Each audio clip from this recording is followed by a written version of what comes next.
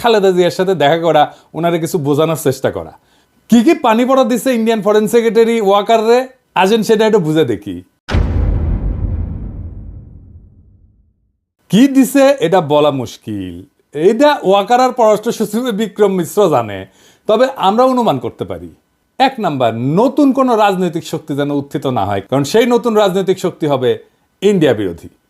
2 number, Awami লীগকে যেন রাজনীতি করতে দেওয়া হয়। 3 নাম্বার, জামাতকে যেন কোনো স্পেস না দেওয়া হয়। 4 নাম্বার, এইসব কিছুর জন্য যেন 72-এর সংবিধান সমুন্নত থাকে। 5 নাম্বার, নির্বাচন যেন দ্রুত হয়।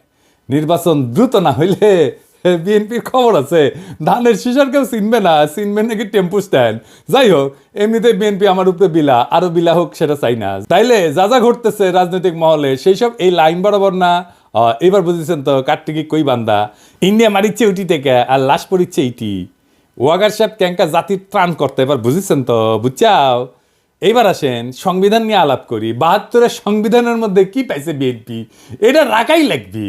একটা রিল দেখেছিলাম ফেসবুকে, দেখি গুটাইতে গুটাইতে যে মায়ের কাছে এক মাইয়া নিয়ে আসছে, তো কইছে যে এটা আমার বউ। তো মা কইছে কি আছে এর মধ্যে, তো পোলা কয় ওর মধ্যে তো নাতি আছে। দেখেন। ও মা, মা, হ্যাঁ বলছি আমি বিয়ে করেছি, এইটা তোমার বৌমা। এই মেয়ে হবে আমার বাড়ির বউ? কি আছে এই মেয়ের মধ্যে? ওর মধ্যে তোমার নাতি আছে। ইনকা ওই 72-এর সংবিধানের মধ্যে কি আছে দেখি, কোন ভালোবাসায় বিএনপি কি ঢুকাইছে এর মধ্যে, হাঙ্গারে দেখা দরকার, তাই না? আসেন দেখি। বিএনপি 72-এর সংবিধান থাকুক, এটা তো চায়, তাই না? তো মির্জা আব্বাস কইছে যে ওনার নাকি কষ্ট লাগে এই সংবিধানকে যখন বাদ দেওয়া লাগে। শহীদের রক্তের দিয়ে লেখা যে সংবিধান, সেই সংবিধানকে যখন কবর দেওয়ার কথা বলা হয় তখন কিন্তু আমাদের কষ্ট লাগে। তো মানে দেখি আব্বাস ভাই, উনি আবার কইছে কি, আমি পড়ে দেখলাম অনেক মন দিয়া, ভুল কইছে নাকি? কইছে যে আমি 72 সালের সংবিধানের সমর্থক নই, আমি 71 সালের সংবিধানের মুক্তিযুদ্ধের রক্তের সমর্থক। মানে কি, বাংলাটাও তো ঠিক মতো কই ব্যাপারের নাই। মানে দেখি আব্বাস ভাই, 71 সালের সংবিধান কোনটা? আওলায় গেলে হবে, এখন ক্ষমতা নাই যেতে যেতে। আর কইছে যে মুক্তিযুদ্ধ হয়েছিল বলে এই সংবিধান, ওই সংবিধানে যদি খারাপ কিছু থাকে নিশ্চয়ই সেটা বাতিলযোগ্য। ওই সংবিধানে যদি খারাপ কিছু থাকে নিশ্চয়ই সেটা বাতিলযোগ্য। তো আব্বাস ভাই, কি খারাপ জিনিস আছে সংবিধানে? আপনি তো কইছেন যদি থাকে, তাহলে কি খারাপ জিনিস আছে সেটা বলেন, কি বাতিল করবেন সেটা বলেন। আমরা তো মনে করি 1 মণ সংবিধান, দুধের মধ্যে 1 ফোঁটা সোনা পড়েছে, পুরাটাই নষ্ট। তা আপনি বাদ দিবেন কি? পুরাটাই তো নষ্ট। একটা রাজনৈতিক দল হিসেবে আপনাদের তো বলতে হবে সংবিধানে খারাপ কি আছে। বলছেন কখনো? বলেন নাই। ওইটুকু কাজ তো করবেন না। ওই কাজ করার না আছে হ্যাডম, না আছে ইচ্ছা। সংবিধান সম্পর্কে আপনাদের ক্রিটিক্যাল পজিশন কি? নাই তো। তাই আপনারা এটা বদলাবেন না। অবশ্য ক্ষমতা গেলে বদলানোর মতো সংখ্যাগরিষ্ঠতা আপনাদের থাকবে না, লিখে রাখেন, কয়ে দিলাম আজকে। না না, আমাদের বদ্ধ আপনার আর কি, আপনারা প্রত্যেকদিন নিশ্চিত করিচ্ছেন যে আপনাদের ভোট কমে। আপনাদের ভোটের মুরগি আপনি লেজে কাটবেন না গলায় কাটবেন সেটা আপনাদের ব্যাপার, কিন্তু আপনাদের বলতে হবে আপনারা কি বদলাবেন সংবিধানের। না বললে নির্বাচনে যাইতে পারবেন না। নির্বাচনে যাইয়া দেখেন কোন কিসিমের সমালোচনা শুনেন আমাদের কাছ থেকে টের পাইবেন, তখন ভাইবেন না আপনাদের ভোট দেওয়ার জন্য বসে আছে সবাই। না, ওই দিন বাগে খাইছে। কেন আপনাদের ভোট ব্যাংক বাগে খাইতেছে সেটা আমি আলাপ করবনি, দেখাই দিমুনি কেন আপনার ভোট ব্যাংক বাগে খাইতেছে। খুব মনে করেন যে মার্কা দেখে চাপ্পা দিবে, ওই দিন গেছে। আজ আমার আলাপ শুধু সংবিধান নিয়ে। আবার রিজি ভাই কইছে যে সংবিধান বাতিল মানে নাকি মুক্তিযুদ্ধকে অস্বীকার করা।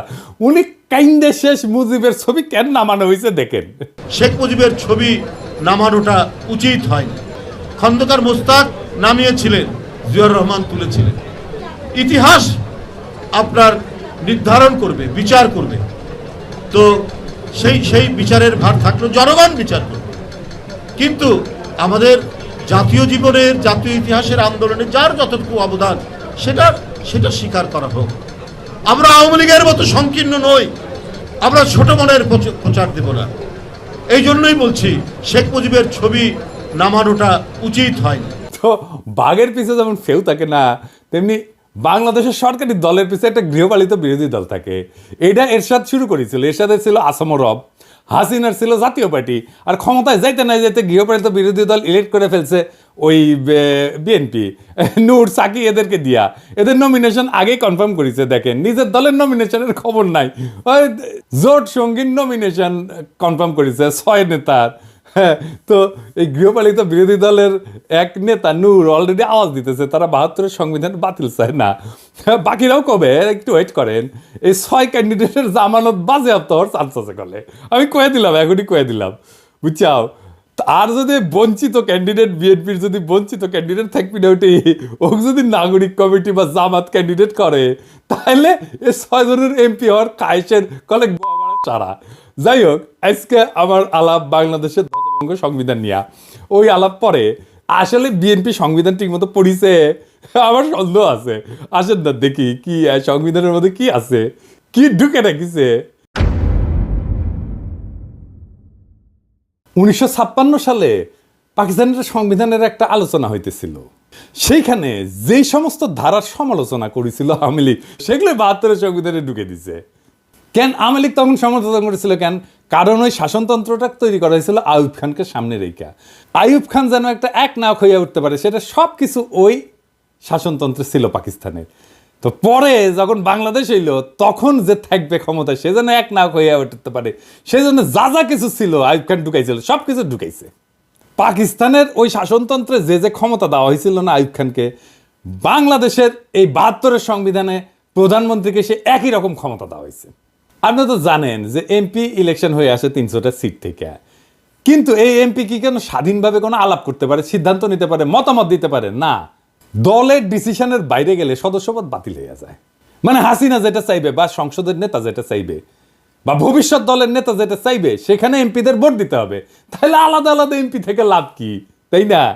দলের সিদ্ধান্তের বাইরে যদি ভোটই দিতে না পারে তাহলে আলাদা আলাদাভাবে ভোট করার তো দরকার নাই। 300 জন আলাদা লোকের তো দরকার নেই, একজন থাকলেই হয়তো, তাই না?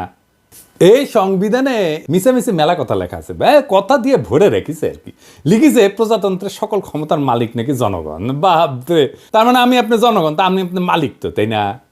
হ্যাঁ, তো লিখেছে কি? লিখেছে প্রজাতন্ত্রের সকল ক্ষমতার মালিক জনগণ। এটা দিয়া কিন্তু শেষ না, এরপরে বাক্যটা একটা সেমিকলন চিহ্ন দিয়া আবার ঘোষণা করছে যে এই ক্ষমতা কেবল সংবিধানের অধীনে ও কর্তৃত্বে কার্যকর হইবে।